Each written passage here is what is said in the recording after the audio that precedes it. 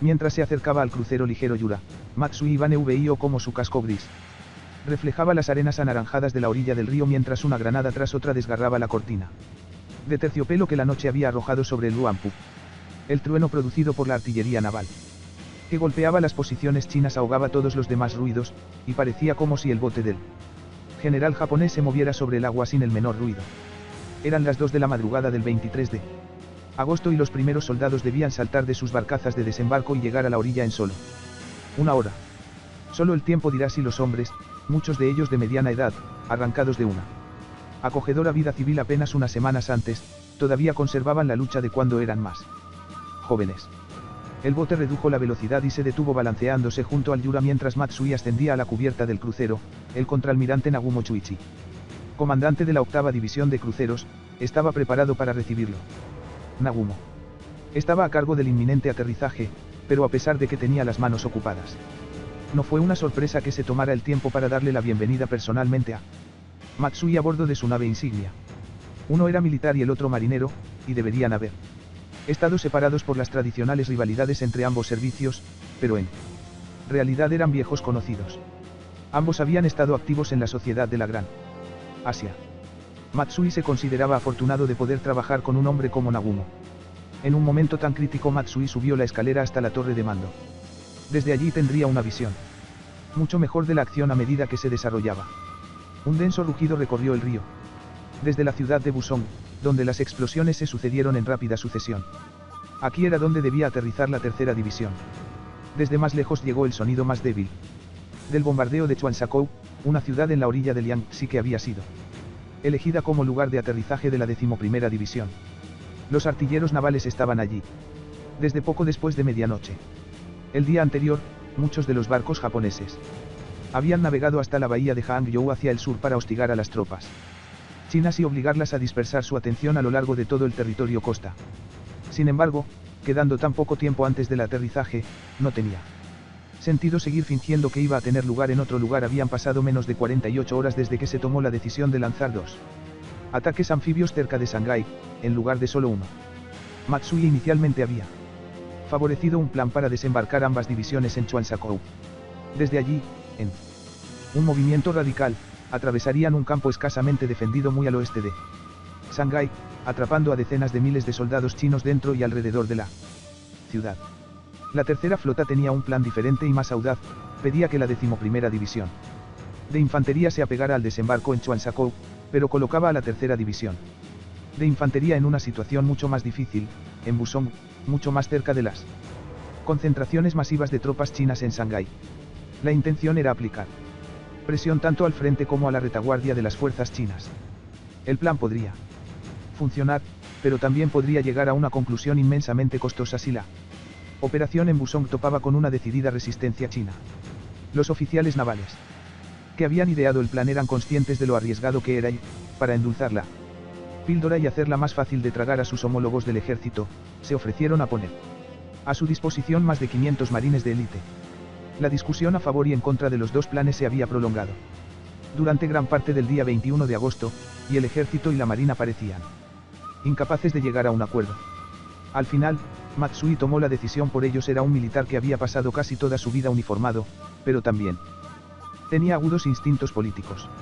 Sabía que era importante mantener buenas relaciones con los comandantes navales y, además, su plan más agresivo podría significar un alivio más rápido para los ciudadanos japoneses atrapados en Shanghái. Por lo tanto, al final la marina había triunfado. Matsui se había reunido con los dos comandantes de división la mañana del 22 de agosto. Ambos le agradaban.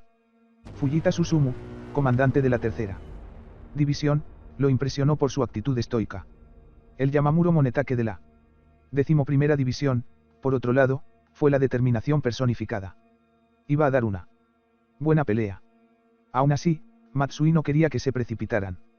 El plan de la marina, había explicado, no sería fácil de implementar. La precaución era de suma importancia. Cuidado con los soldados chinos disfrazados de civiles y también con el estado de ánimo de la población de Shanghái, les había advertido. Los soldados y oficiales deben permanecer constantemente alerta a la situación que los rodea. Hay que tener cuidado con el agua y la granja productos que usted solicita. Asegúrate de que los chinos no los envenenen. El día anterior al desembarco había estado muy ocupado. Las dos divisiones habían llegado a las Islas Sadal, el pequeño archipiélago frente al estuario del Yangtze, a bordo de transportes de tropas y se habían trasladado a embarcaciones más pequeñas. Mientras tanto, los barcos de la tercera flota habían navegado arriba y abajo por el Yangtze y el Huangpu, disfrutando de una vista casi sin obstáculos de las zonas de aterrizaje. Las lluvias de verano habían hecho crecer los dos ríos y en muchos lugares el nivel del agua estaba por encima del campo circundante, que estaba protegido por altos diques. Los japoneses habían podido ver grandes extensiones de verdes campos de arroz, con pequeños canales y arroyos que los atravesaban siguiendo patrones intrincados. También había grupos de edificios agrícolas, algunos rodeados por muros sólidos. Era un terreno ideal para la defensa. Matsui había pasado de un buque de guerra a otro a lo largo del día. Su inquieta energía había ocultado el hecho de que, independientemente de lo que hiciera ahora, el éxito o el fracaso ya no estaba en sus manos. Sin embargo, podía consolarse sabiendo que no era ajeno a las unidades que comandaba cuando era un joven segundo teniente.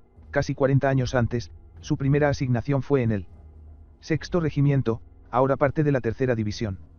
Menos de una década antes, había estado al mando de la 11ª división durante 28 meses.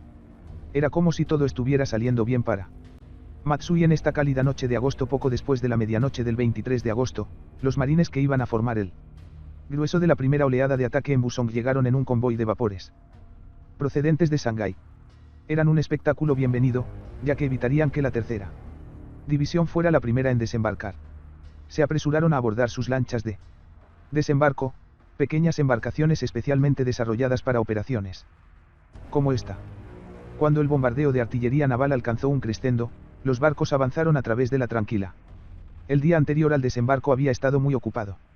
Las dos divisiones habían llegado a las Islas Sadal, el pequeño archipiélago frente al estuario del Yangtze, a bordo de transportes de tropas y se habían trasladado a embarcaciones más pequeñas. Mientras tanto, los barcos de la tercera flota habían navegado arriba y abajo por el Yangtze y el Huangpu, disfrutando de una vista casi sin obstáculos de las zonas de aterrizaje. Las lluvias de verano habían hecho crecer los dos ríos y en muchos lugares el nivel del agua estaba por encima del campo circundante, que estaba protegido por altos diques. Los japoneses habían podido ver grandes extensiones de verdes campos de arroz, con pequeños canales y arroyos que los atravesaban siguiendo patrones intrincados. También había grupos de edificios agrícolas, algunos rodeados por muros sólidos. Era un terreno ideal para la defensa. Agua. Productos que usted solicita. Asegúrate de que los chinos no los envenenen. 3. Situación que los rodea. Hay que tener cuidado con el agua y la granja. Minutos antes del desembarco, los barcos en el río encendieron sus reflectores para cegar a los defensores, bañando la orilla del río en un azul fantasmal. Las luces delinearon un semicírculo alrededor de la zona de aterrizaje y mostraron a la artillería naval hacia dónde dirigir sus bombardeos. Cada vez que una ametralladora china se ponía roja, inmediatamente atraía la atención de los artilleros japoneses y era silenciada. Los morteros de trinchera en tierra apuntaban al se acercaban los invasores, pero todas las balas impactaron en el agua con un plap, sin causar daños. A las 3 horas, la primera lancha de desembarco llegó a la orilla. Echó anclas, la rampa cayó y los marines vadearon hasta la orilla. Subieron al dique, que en algunos lugares tenía 15 pies de altura, y examinaron el terreno frente a ellos. De repente, una ráfaga de ametralladora atravesó la noche y mató a varios de los marines. Fue desde una posición china a solo 50 metros de distancia. Los marines atacaron con bayonetas caladas. Mientras corrían por el corto tramo de campo abierto, oyeron una explosión. Alguien había pisado una mina terrestre. Siguieron más explosiones. Pero no hubo vuelta atrás. Invadieron la trinchera china y entablaron una breve lucha cuerpo a cuerpo. Después de unos segundos la posición era suya. Más adelante había aún más defensores chinos, pero los marines habían cobrado impulso y rápidamente los hicieron retroceder. Como esperaban los japoneses, y lo habían sugerido los servicios de inteligencia, los soldados encargados de proteger esa franja de ribera eran tropas paramilitares de mal desempeño. Se abrió el camino hacia su objetivo inmediato, una carretera militar paralela al Huangpu. Mientras los marines establecían posiciones, la tercera división desembarcó en la orilla del agua. A las 8 de la mañana, el comando Divisional desembarcó como la última unidad en llegar. Los pilotos navales bombardeaban y bloqueaban carreteras tierra adentro para retrasar los refuerzos enemigos. El aterrizaje había sido un completo éxito. Las noticias que recibió Matsui de la 11ª División también fueron buenas. Estaba previsto que comenzara a aterrizar a las 2 de la madrugada, pero pasara la lancha de desembarco más pequeña. Había tardado más de lo esperado, y el primer soldado de la división no desembarcó en un atracadero al norte de Chuansakou hasta las 3:50 am. Aún así, cuando los soldados avanzaron hacia las afueras de la ciudad, solo descubrieron una débil resistencia enemiga. Chuansakou había estado en manos de una única empresa china. A las 7 de la mañana la mayor parte de la primera ola había desembarcado. 6 Matsui estaba satisfecho. Todo había salido según lo planeado. En realidad, todo había ido mejor de lo que se había permitido esperar. Las bajas en las dos divisiones ascendieron a poco más de 40. Matsui atribuyó el mérito al espíritu de sus soldados.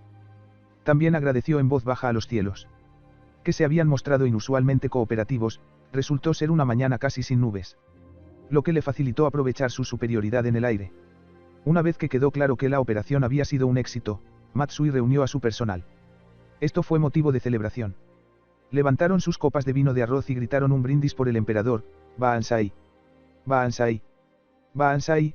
Zhang Zizong recibió la llamada telefónica a las 5:30 de la madrugada en un pequeño pueblo cerca de Nanxiang, donde recientemente había trasladado su sede.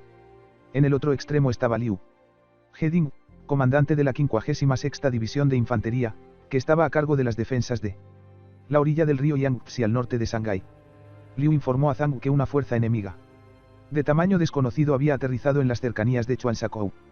No había más información disponible en ese momento, ya que los intensos bombardeos habían cortado todas las líneas telefónicas que conectaban con la zona de aterrizaje. Sin embargo, Zhang ya sabía más que suficiente. Estaba claro que se estaba abriendo un nuevo frente. La operación había sido un éxito. Matsui reunió a su personal. Esto fue motivo de celebración. Levantaron sus copas de vino de arroz y gritaron un brindis por el emperador. Baansai. Baansai. Baansai.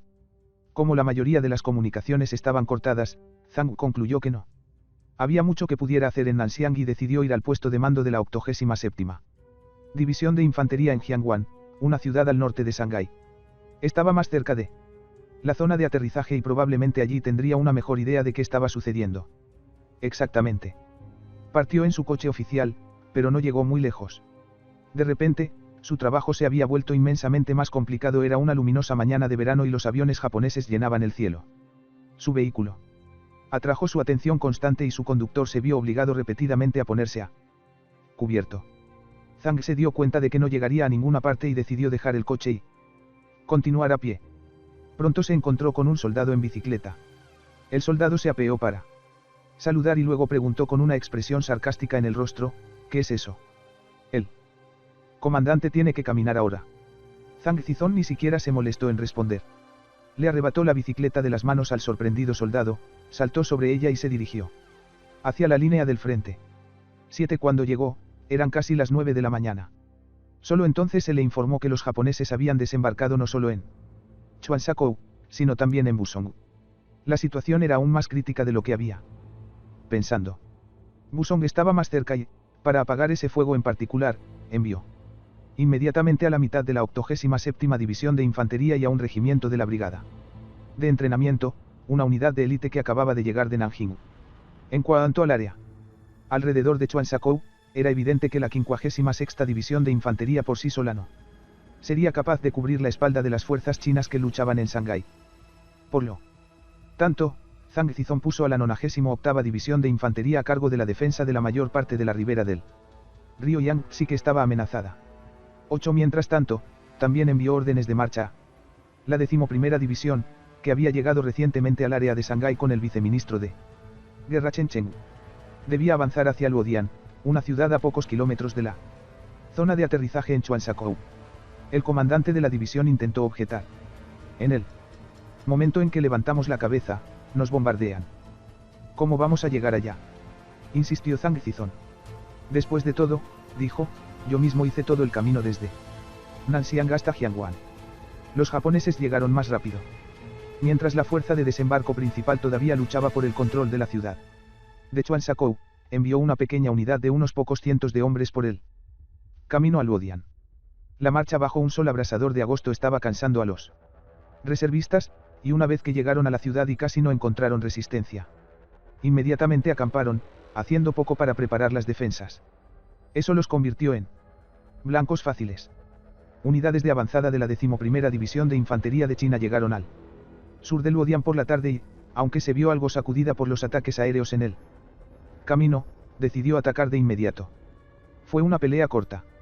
Al cabo de una hora, los japoneses habían sido repelidos. Un mapa encontrado sobre un oficial japonés muerto tenía escrito a lápiz: Luodian.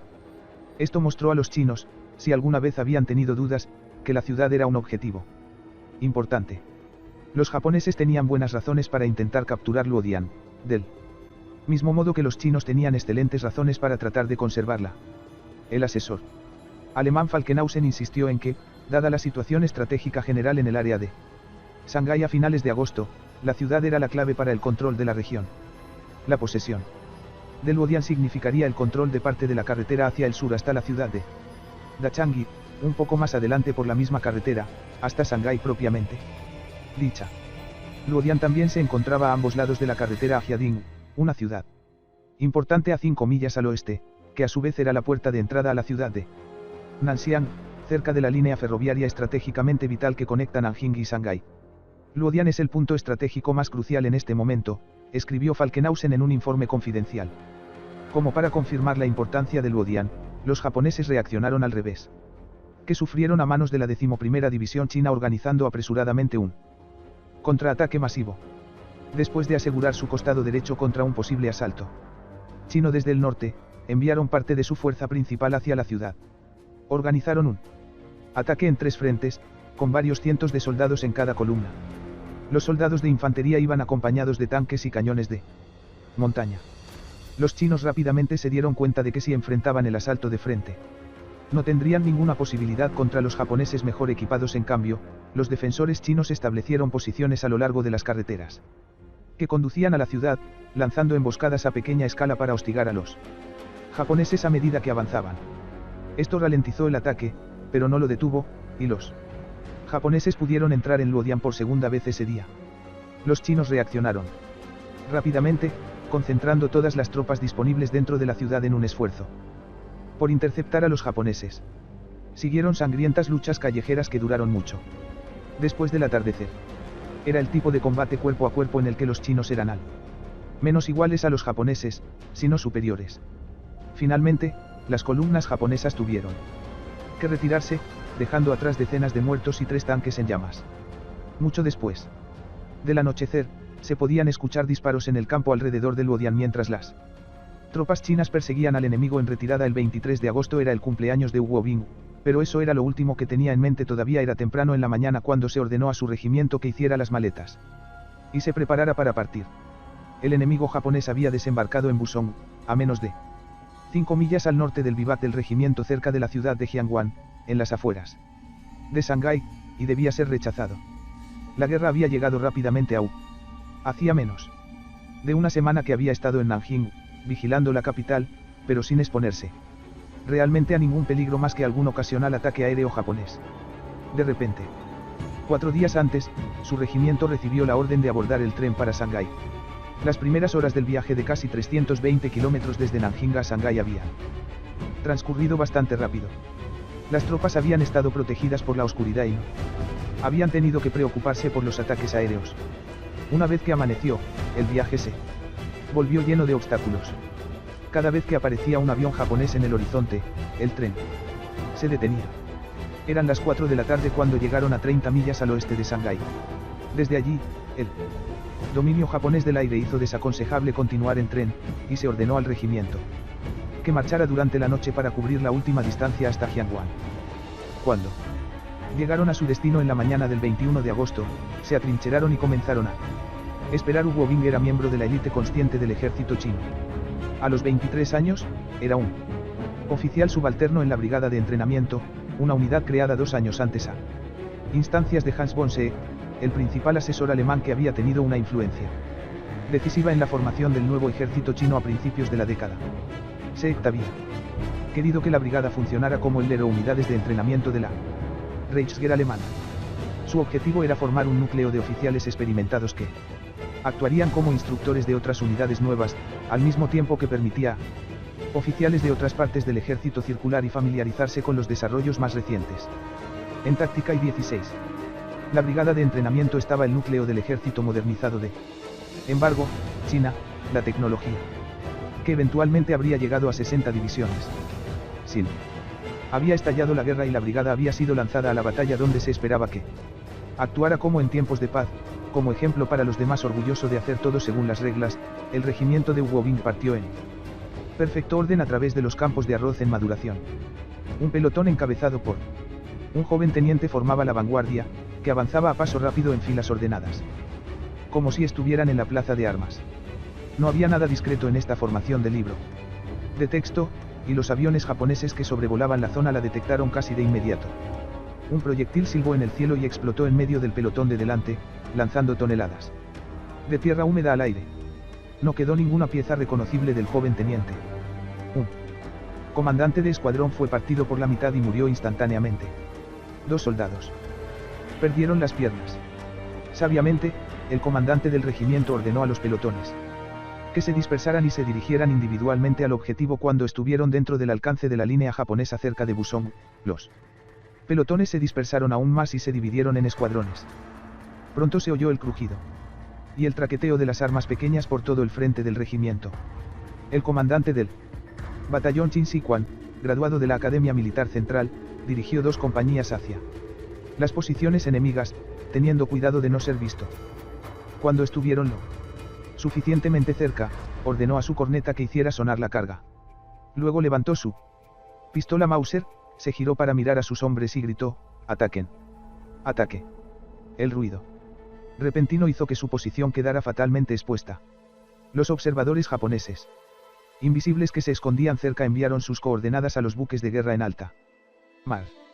En cuestión de minutos, los proyectiles comenzaron a llover sobre la unidad con una precisión asombrosa. Cuando los japoneses enviaron una tormenta de acero sobre la formación china, todo el orden se desintegró. Pronto fue cada unidad por sí misma. Hugo Bing pasó la mayor parte del día evadiendo los aviones japoneses, que sobrevolaban el campo de batalla, esperando que se revelaran los objetivos. Parecía como si el enemigo pudiera verlo todo. Era importante no actuar precipitadamente. En realidad, no había otra opción que refugiarse en un agujero o detrás de una cresta, dijo. 18 Los disparos continuaron durante toda la tarde y no cesaron hasta que se hizo de noche. Solo entonces los soldados pudieron empezar a respirar más libremente, tomar algunos bocados de sus raciones de campaña y aliviar sus gargantas reseca con un sorbo de sus cantimploras de agua al mismo tiempo. Aprovecharon la libertad de movimientos que ofrecía la noche y se apresuraron a mejorar sus posiciones.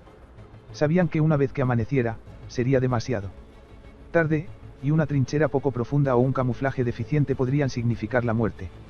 19 compartió su trinchera con un joven estudiante. Solo se conocían desde hacía unas horas, pero habían entablado una amistad incipiente. Cuando la oscuridad dio paso al día el 24 de agosto, la atmósfera tensa regresó de repente, los proyectiles japoneses comenzaron a bombardear su posición. Presionado contra el fondo de la trinchera, Wu estaba absorto en un pensamiento, y solo en uno: seguir con vida. Entonces se le ocurrió que el estudiante que estaba a su lado nunca antes había estado en una batalla y que este debía ser su primer bombardeo de artillería. Se dio la vuelta con la intención de decir algunas palabras de consuelo. Lo que vio fue al joven tendido boca abajo sobre el suelo húmedo, con los ojos cerrados pacíficamente como si estuviera dormido. Al mismo tiempo, aprovecharon la libertad de movimientos que ofrecía la noche y se apresuraron a mejorar sus posiciones. Sabían que una vez que amaneciera, sería demasiado tarde, y una trinchera poco profunda o un camuflaje deficiente podrían significar la muerte. 19 compartió su trinchera con un joven estudiante. Solo se conocían desde hacía unas horas, pero habían entablado una amistad incipiente. Cuando la oscuridad dio paso al día el 24 de agosto, la atmósfera tensa regresó. Cuando los japoneses enviaron una tormenta de acero sobre la formación china, todo el orden se desintegró. Pronto fue cada unidad por sí misma. Hugo Bing pasó la mayor parte del día evadiendo los aviones japoneses, que sobrevolaban el campo de batalla, esperando que se revelaran los objetivos. Parecía como si el enemigo pudiera verlo todo. Era importante no actuar precipitadamente. En realidad, no había otra opción que refugiarse. En un agujero o detrás de una cresta, dijo. 18 Los disparos continuaron durante toda la tarde y no cesaron hasta que se hizo de noche. Solo entonces los soldados pudieron empezar a respirar más libremente, tomar algunos bocados de sus raciones de campaña y aliviar sus gargantas reseca con un sorbo de sus cantimploras de agua. La sangre manaba de una herida abierta en su frente, cubriendo su rostro de rojo. Él estaba muerto. 20. Para el teniente Liu Yongcheng de la brigada de entrenamiento, los primeros 2 días de batalla con los japoneses no fueron lo que esperaba. Era un juego mortal al escondite con un enemigo invisible que nunca aparecía, sino que se manifestaba en una repentina lluvia de balas o en una serie de proyectiles que surgían de la nada. A última hora del 23 de agosto, estaba guiando a sus hombres a través de un pequeño grupo de chozas de campesinos bombardeadas cerca de Busong, cuando se topó con un grupo de soldados chinos heridos. Liu no reconoció sus rostros, pero obviamente eran los únicos que quedaban de su unidad. No pudieron ser evacuados, ya que la ruta de regreso a la línea principal china atravesaba amplias extensiones de campo abierto, sin elementos que ofrecieran protección alguna contra el fuego mortal de la artillería naval. Liu no permaneció mucho tiempo cerca de los heridos soldados, pero siguieron adelante, sin decir una palabra. Tenía un trabajo que hacer más tarde. Ese mismo día, Liu estaba agazapado detrás de una cresta que separaba 2 campos de arroz. Había enviado exploradores 2 veces y no habían regresado. Decidió buscarlo por sí mismo. Intentó rodar por la cima de la cresta, pero en el momento en que apareció su silueta, 2 balas alcanzaron su pierna derecha. Se deslizó hacia atrás, sangrando profusamente por las heridas. Uno de los comandantes de su escuadrón, un veterano de la batalla de 1932, lo ayudó a curar las heridas y aprovechó la oportunidad para abordar la situación táctica. Señaló que su propio pelotón y los 2 pelotones vecinos habían sufrido graves pérdidas. No sigamos atacando, argumentó el comandante del escuadrón. El enemigo sabe exactamente dónde estamos. Pero tampoco deberíamos dar marcha atrás. Retirarse es aún más peligroso. Quedémonos aquí y mantengamos la posición detrás de la cresta. Liu escuchó en silencio. Sabía que el líder del escuadrón era un veterano y respetaba sus puntos de vista. Permanecieron detrás de la cresta el resto del día. A la mañana siguiente, los exploradores japoneses detectaron la posición de Liu detrás de la cresta y comenzaron a lanzar granadas de ariete. Liu resultó herido una vez más, esta vez en la espalda. Uno de sus soldados cogió un botiquín de primeros auxilios con la intención de vendarle la herida. Cuando hizo girar a Liu, una bala alcanzó el hombro del oficial herido. Sangrando por múltiples heridas, Liu estaba tan indefenso como los soldados incapacitados que había visto cerca de las chozas de los campesinos el día anterior. Sin embargo, cuando el comandante de la compañía fue informado de la difícil situación de Liu, envió un equipo de camilleros para evacuarlo de regreso al hospital de campaña de la división. Por delante quedaban meses de recuperación, pero él estaba entre los afortunados. De los 44 oficiales y soldados del pelotón que habían ido a la batalla el día anterior, solo 16 permanecían listos para luchar. Poner a Zhang Zizong y a Feng Yuxiang, el general cristiano, a cargo de la defensa de Shanghái había sido decisión del propio Chiang Kai-shek, en su calidad de presidente del Consejo Militar Nacional. Una semana después de la batalla, incluso había consolidado la autoridad de Feng Yuxiang, transformando el área de Shanghái en la tercera zona de guerra y poniéndolo al mando. Ahora estaba empezando a arrepentirse. En una conversación telefónica con Feng Yuxiang poco después del desembarco japonés, Chiang Kai-shek reiteró la necesidad de vigilar a los comandantes más jóvenes de primera línea. No dude en darles consejos, dijo. Feng respondió que no se contendría. Luego pasó a contar una anécdota sobre el general japonés Nougi Maresuke, quien durante la guerra ruso-japonesa de 1904 y 1905 supuestamente había dejado todas las decisiones importantes a su jefe de Estado Mayor. Los comandantes de primera línea tienen coraje y espíritu beligerante. Su trabajo es recibir órdenes y luchar. Lo mío es quedarme sentado, como Nougi. Escribir algunos poemas y esperar a morir. Chiang Kai-shek insistió, pase lo que pase, no seas tímido. Comparte algunos consejos con ellos. Por supuesto, respondió Feng Wu, si veo algo mal, lo señalaré. No lo dudaré. No te preocupes.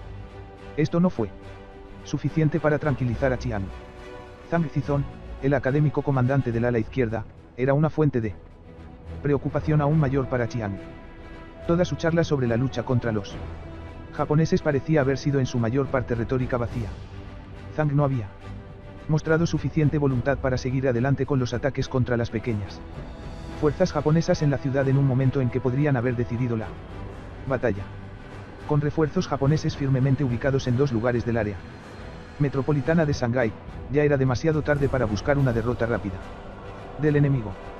Con pocos avances sobre el terreno, Zhang añadió sal a la herida al parecer pasar una cantidad desproporcionada de tiempo haciendo declaraciones grandilocuentes a los periódicos. Chiang Kai-shek estaba frustrado. Fue una frustración que compartió con sus asesores alemanes, quienes coincidieron en que Zhang no poseía la dureza necesaria frente a la resistencia japonesa.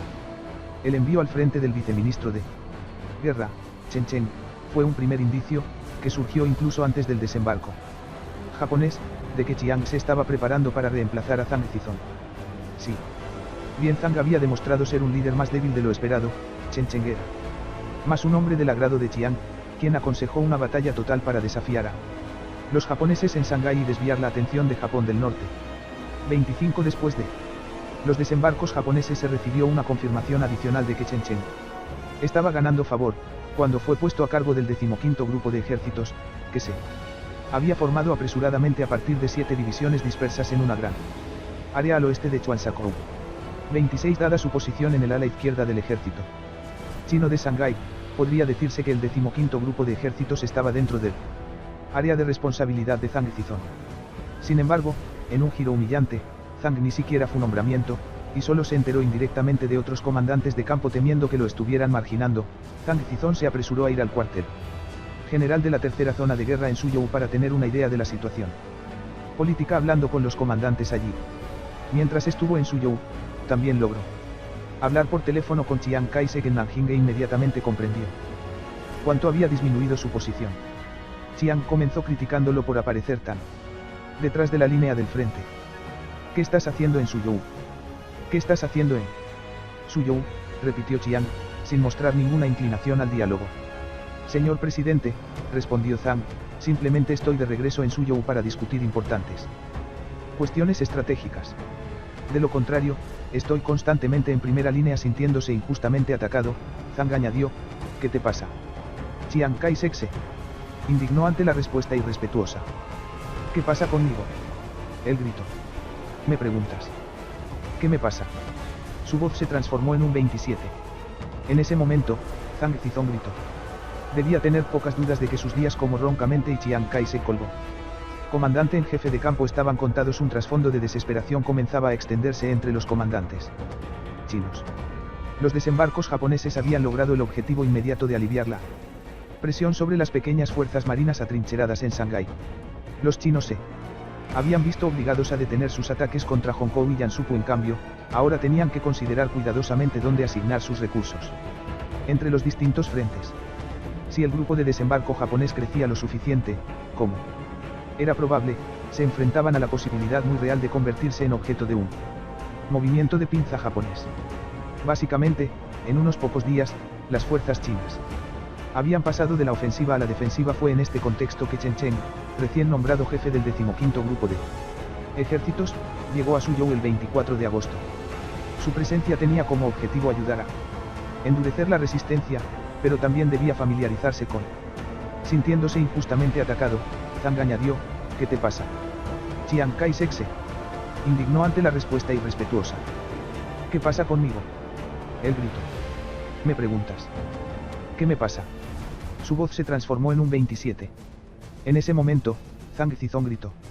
Debía tener pocas dudas de que sus días como roncamente y Chiang Kai-shek colgó. Comandante en jefe de campo estaban contados.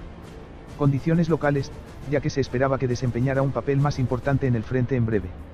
Temiendo que lo estuvieran marginando, Zhang Zizong se apresuró a ir al cuartel general de la tercera zona de guerra en Suzhou para tener una idea de la situación política hablando con los comandantes allí.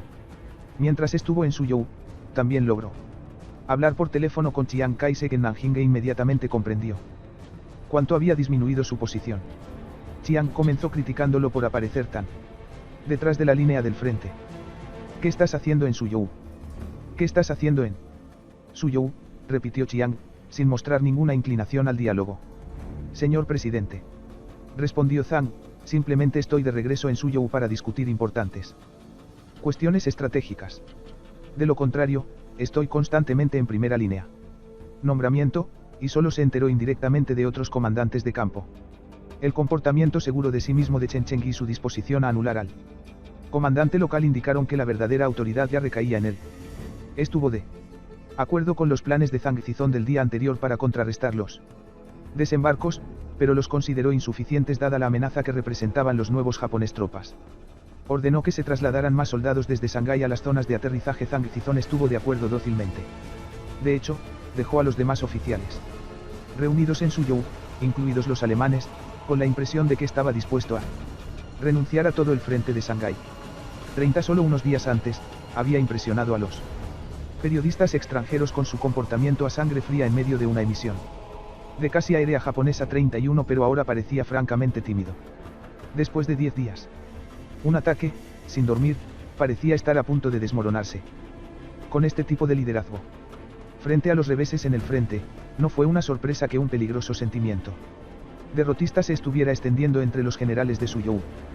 Para contrarrestar esto, Falkenhausen propuso un plan que podría reavivar el entusiasmo por la ofensiva entre los chinos. Durante una larga reunión la noche del 24 al 25 de agosto, el general alemán sugirió reunir todas las fuerzas enviadas al área luodiana para un ataque desde todos los lados contra la fuerza de desembarco japonesa. Demostrando la predilección alemana por un golpe decisivo, quiso arrojar a los invasores de regreso a Liangxi.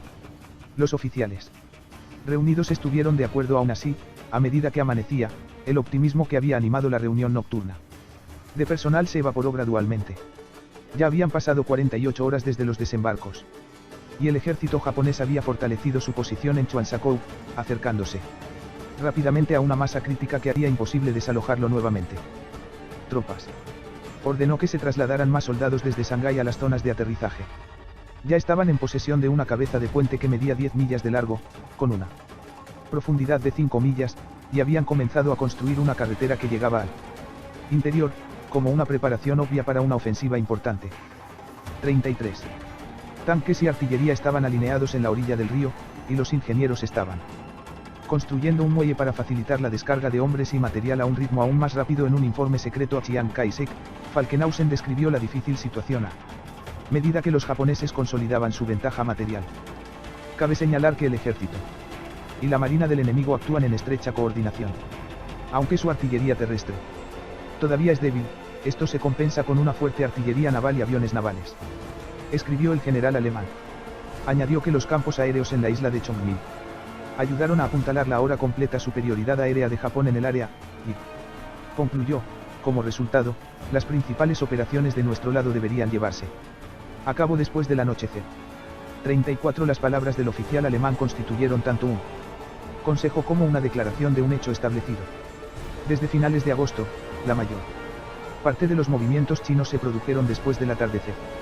Solo entonces los chinos y la infantería japonesa se enfrenta en términos algo iguales, sin la aplastante ventaja que el apoyo aéreo le dio a esta última. La noche resultó ser el gran empate en la desigual batalla por Shanghái. Durante el día, los japoneses incansablemente activos parecían estar en todas partes. Enviaban botes de goma por pequeños ríos para explorar y acosar. Sus globos de observación estaban suspendidos sobre el horizonte, para mantener un ojo vigilante sobre los chinos y enviar inmediatamente a los aviones cuando detectaran cualquier movimiento. Combinaron su dominio tecnológico con una valentía cercana al suicidio cuando estaban en peligro de ser hechos prisioneros. Los japoneses a menudo preferían la muerte después de una batalla campal en la zona cercana al Luodian. Uno de los muertos recuperados por los chinos era un sargento mayor que había cometido harakiri, mientras que un soldado gravemente herido intentó cortarse el cuello con su afilada bayoneta. Luodian seguía siendo el objetivo inmediato de casi todas las fuerzas japonesas en la zona, y se enfrentaban a las mismas unidades chinas que las habían expulsado el 23 de agosto. Los chinos estaban firmemente atrincherados en la ciudad y sus alrededores, pero eran demasiado pocos para considerarlos operaciones ofensivas contra los japoneses en Chuansakou. En cambio, tuvieron que hacer todo lo posible para mejorar sus defensas. Sin embargo, mientras esperaban que los japoneses reanudaran el asalto, fueron objeto de un bombardeo masivo y sostenido.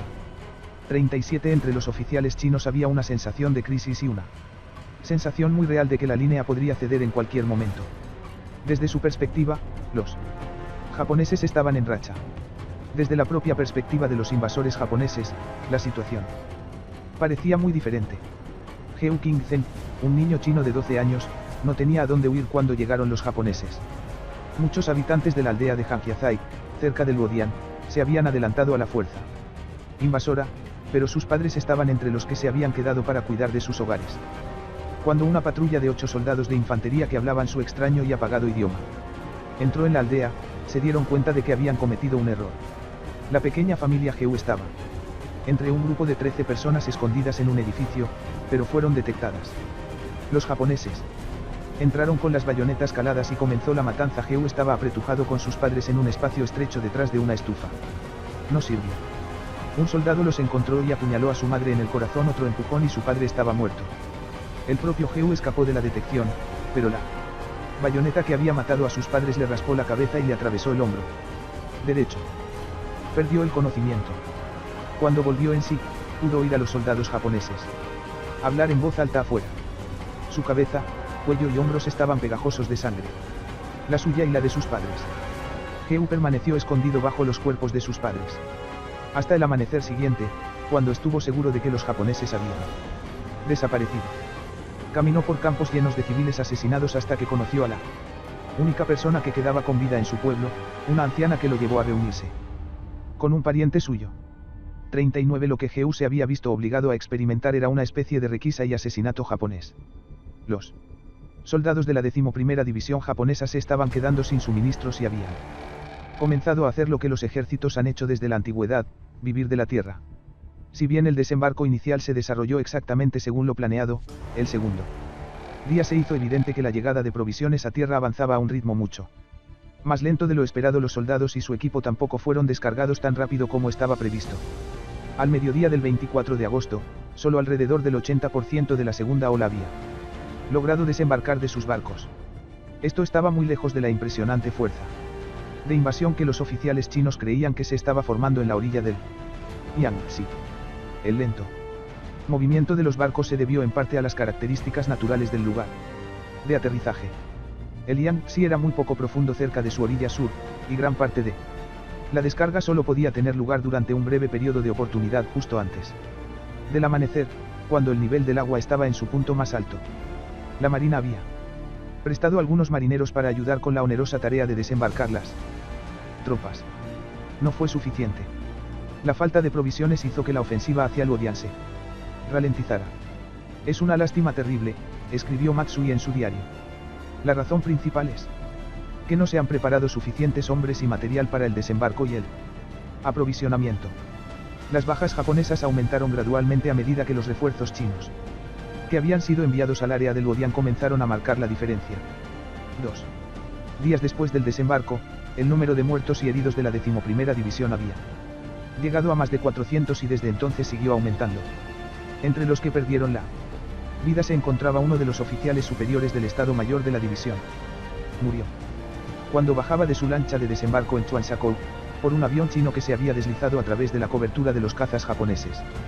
El número de cadáveres creció tan rápidamente que no todos pudieron ser cremados, como preferían los japoneses deshacerse de sus muertos, y en su lugar hubo que enterrar apresuradamente a todos los soldados rasos y oficiales subalternos para un ejército que afirma honrar a sus soldados muertos más que a los que sobrevivieron. Fue un golpe a la moral. Como en el sector de la 11ª División, era difícil procesar los cuerpos con la suficiente rapidez. El sargento Miyoshi Sozo registró cómo llegó a Busong unos días después del desembarco inicial y descubrió montones de soldados japoneses insepultos que habían muerto en combate. Todos los cuerpos estaban hinchados de putrefacción debido a la descomposición de los órganos internos, escribió en sus memorias, y los blandos. La 3ª División afrontó diferentes retos en su sector. Fue atacado implacablemente el primer día del desembarco, y el segundo día tuvo que repeler otros 2 importantes ataques enemigos. Además, fue acosado por bombardeos ocasionales de la artillería china en el lado de Pudong. Sin embargo, el mayor peligro procedía de la banda derecha de la división. Al norte de la zona de desembarco se encontraba la fortaleza de Busong, que había estado protegiendo el acceso a Shanghái desde las guerras contra los imperialistas británicos y franceses a mediados del siglo XIX. Desde su seguridad detrás de muros de hormigón, la infantería y la artillería chinas apuntaban continuamente a los japoneses mientras desembarcaban de sus barcos y avanzaban tierra adentro. También atacaron pequeños barcos que navegaban río arriba por el río Huangpu con suministros para la división. A medida que la tercera división amplió su cabeza de puente en los días siguientes al desembarco, la fortaleza de Busong siguió siendo una amenaza, lo que ralentizó la acumulación de fuerzas japonesas en la costa. Para aumentar la sensación japonesa de estar encerrados, la aldea de Jinang, al sur, también estaba bajo control chino. Esto, combinado con el aumento constante de defensores chinos frente a la zona de aterrizaje, creó una situación táctica difícil. Las bajas japonesas, que inicialmente habían sido considerablemente menores de lo que los planificadores habían temido, comenzaron a aumentar. Hasta el 25 de agosto, la tercera división, o división afortunada, como se la llamaba menudo, registró un total acumulado de más de 300 bajas. 2 días después, el número había aumentado a 500, la mayoría de ellos muertos en combate. 43. Lo primero que notaron muchos soldados japoneses al desembarcar en Busong fue el extraño hedor que llenaba el aire. Pronto descubrirían que era el olor de grandes piras cerca del río donde el ejército quemaba a sus 44 muertos. Como en el sector de la 11ª división, era difícil procesar los cuerpos con la suficiente rapidez. El sargento Miyoshi Sozo registró cómo llegó a Busong unos días después del desembarco inicial y descubrió montones de soldados japoneses insepultos que habían muerto en combate. Todos los cuerpos estaban hinchados de putrefacción debido a la descomposición de los órganos internos, escribió en sus memorias, y los blandos parte de los cuerpos habían estallado por la presión. Incluso los globos oculares sobresalían 6 o 7 centímetros de sus caras. 45. 4 días después del desembarco, ambas divisiones parecían a punto de quedar empantanadas. Lo que finalmente inclinó la balanza a su favor fue la armada japonesa. En los días inmediatamente anteriores y posteriores al desembarco, fue aumentando constantemente sus flotas en los ríos Yangtze y Huangpu. Esto añadió artillería adicional. Y, lo que es más importante, aumentó el poder aéreo disponible para los japoneses. El 26 de agosto, los aviones japoneses realizaron 16 incursiones individuales sobre las posiciones chinas. El 27 de agosto ese número aumentó a 29 incursiones y el 28 de agosto, un total de 68. Hasta el desembarco japonés, la 14ª División de Infantería había estado involucrada en la protección de las orillas del Yangtze, río arriba. Eso quedó. 46 salidas fueron propias. Esto restableció el impulso del ataque japonés. El 28 de agosto, la tercera división finalmente pudo tomar la aldea de Jinang y liberarse un poco de la camisa de fuerza táctica que había experimentado hasta el momento. El mismo día, tras un intenso bombardeo naval, la 11ª División irrumpió en Luodian. En la vanguardia del ataque estaba Wachi Takagi, un comandante de regimiento de 44 años que dirigió a sus hombres con la espada desenvainada, matando personalmente a varios enemigos en el camino.